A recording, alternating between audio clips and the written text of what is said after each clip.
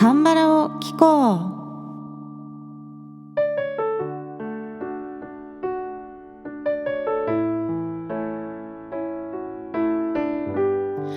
皆さんこんにちは。アンニョンガセヨ、風花です。先週は歌のお休みをいただきまして、今週から再開でございます。2月はこすり企画ということで、これまでに人気のあったテーマや歌手の楽曲をもう一度やってみる、こすってみるという企画です。まず今週は人気のあるテーマとしてドラマ OST から1曲を選びました。今月最初に紹介する曲はドラマアイリスの OST でペクジヨンさんの잊지 말아요忘れないでという楽曲です。ドラマも OST も大ヒットしたのでご存知の方も多い曲だと思います。またこの曲はサビの部分の歌詞が比較的簡単な韓国語で作られていますので歌詞が覚えやすいんですよね。また韓国バラードの中でも比較的歌いやすい音域の楽曲なので、韓国語の勉強を始めて何か一曲韓国語の歌を歌ってみたいという方にもおすすめでございます。ドラマアイリスは私の中ではちょっと前のドラマっていうイメージだったんですけれど、今回調べてみたらなんと韓国での放送は2009年だったんですね。もう15年前なんですかと思ってね、ちょっとショックでした。私が韓国ドラマと出会ったのは2000年初頭の冬のソナタのヨン様ブームの頃だったので、その頃からするとアイリスはちょっと時代が進んでいた印象だったんですよ。で、コーヒープリンスの頃だったかなと思って調べてみたら、コーヒープリンス1号店は2007年の放送なんですね。なのでもっと古かったです。で、私は本出にあるコーヒープリンスのロケ地のカフェにも行ったことがあってですね、でも今はもうそのカフェも閉店してしまっているようなので、時の流れは早いですよね。そんな若干懐かしのドラマアイリスですが、主演はイ・ビョンホンさん、そしてヒロインがキム・テヒさんでした。で、当然ね、このお二人の恋愛模様は描かれるんですが、主題は韓国と北朝鮮をめぐるスパイ合戦なんですよ。なので銃撃シーンも多くてアクション映画のようなドラマなんですね。放送は KBS でですね、日本の NHK にあたるような放送局なんですが、当時制作費に200億ウォンが投じられて、当時のドラマ制作としては破格の予算だったんですね。もう KBS 肝入りのドラマだったんですね。このドラマでは光化門広場ですね、光化門の前の広場のところを封鎖して銃撃戦の撮影が行われたりですとか、長期の海外ロケをしたことでも話題になりました。ちなみにウィキペディアによると2009年当時のレートで200億ウォンは約日本円で15億円だったそうなんですよ。で、今だいぶレートがね、円安の影響で、日本人にとっては悪くなってるっていうことで、2024年の現在この収録日でレート調べてみたんですけれども、今のレートだとね200億ウォンは約22億円になるんですね。で、本当に少し前まではウォンのゼロを一桁除いたら日本円の値段になってたんですけれども、今はだいぶ円安が進行してしまっているということですね。最近の韓国ドラマは制作費が潤沢で CG を多用している作品も多いので、もはやね200億ウォン規模のドラマは珍しくないんですよね。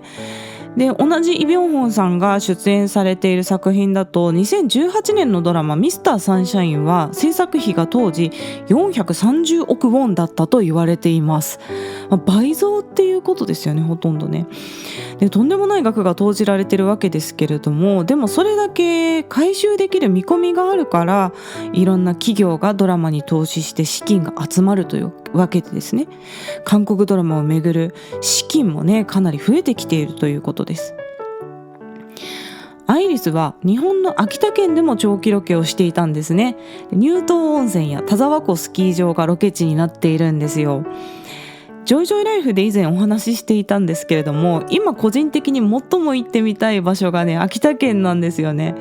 で、私は秋田の郷土料理のきりたんぽ鍋が大好きで、毎年ふるさと納税だったりお取り寄せをしていただいているんですが、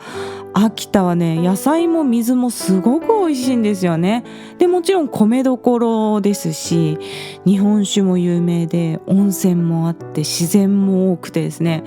とても素敵なところだなと思っています。特に乳頭温泉は孫子行さんも BS の旅番組で訪れていたので、アイリス、そして孫子行さん聖地巡礼をね、いつかしたいなと思っております。続いて今日歌う曲の話題に入っていきますが、잊지 말아요忘れないでを歌っている歌手ペクジヨンさんについては、以前にね、ドラマシークレットガーデンの OST でその女クヨジャという曲をカバーした時にお話ししているんですけれども、ペクジヨンさん現在はバラード歌手としてのね、イメージが強いと思います。あと OST にもね、多数参加していらっしゃるんですけれども、もともとはダンスミュージックの歌手として1999年にデビューしているんですね。非常に激しいダンスをこなしながら歌う歌手というイメージだったんですが、このイメージが変わった契機がですね、2006年に発表されたサランがね、愛さないというバラード曲なんですよ。2006年にこの曲が大ヒットして、その後ペクジヨンさんがバラード曲をね、多く歌うようになっていくんですね。この時初めてペクジヨンさんはバラード曲を歌ったんですけれども、非常に熱心にレッスンを受けてご自身のボーカルを研究されたそうですね。で、それまでに発表していた音楽とジャンルが変わるということに不安があったそうなんですが、結果このサランがね、愛さないが大成功して、バラード歌手、そして OST 歌手としての地位を確立していきます。で、この曲もとってもメロディーが美しい曲なので、ぜひ聴いてみてください。概要欄にね、リンクを貼っておきます。では続いて今日カバーする曲잊지 말아요忘れないでの歌詞の内容紹介に入っていきますね。この曲は出だしがサビなんですけど、最後のサビの1オクターブ下げから始まる構成になってますね。つまり低い音で静かなサビを1回歌ってから始まる楽曲なんですね。なので今回冒頭から歌詞を紹介していきますので、まずサビの歌詞からいきます。우리 서로 사랑했는데私たちお互いに愛し合っていたのに우리 이제 헤어지네요私たちもう別れるんですね。같은 하늘 다른 곳에 있어도同じ空違うところにいても부디 나를 잊지 말아요どうか私を忘れないでくださいという歌詞なんです。で、このサビの歌詞がほとんど毎回同じなので、もうこれさえね、覚えれば一応歌うことができます。で、続いて A メロの歌詞を紹介していきますね。차가운 바람에 손끝에 스치면冷たい風が指先をかすめれば들려오는 그대 웃음소리聞こえてくるあなたの笑い声내 얼굴 비치던 그대 두 눈이私の顔を映していたあなたの瞳が그리워 외로워 울고 또 울어요恋しくて寂しくて泣いてまた泣きますという A メロなんですね。で、次 B メロは、A メロからサビをつなぐようなメロディーになってるんですね。で、B メロの歌詞紹介していきます。입술이 굳어버려서唇が固まってしまって말하지 못했던 그 말言えなかったその言葉という B メロがあって、最初に紹介したサビの歌詞ですね。우리 서로 사랑했는데私たち愛し合っていたのにという部分につながっていきます。では曲を聴いてみてください。ペクジヨンさんの잊지 말아요忘れないでという曲をカバーしました。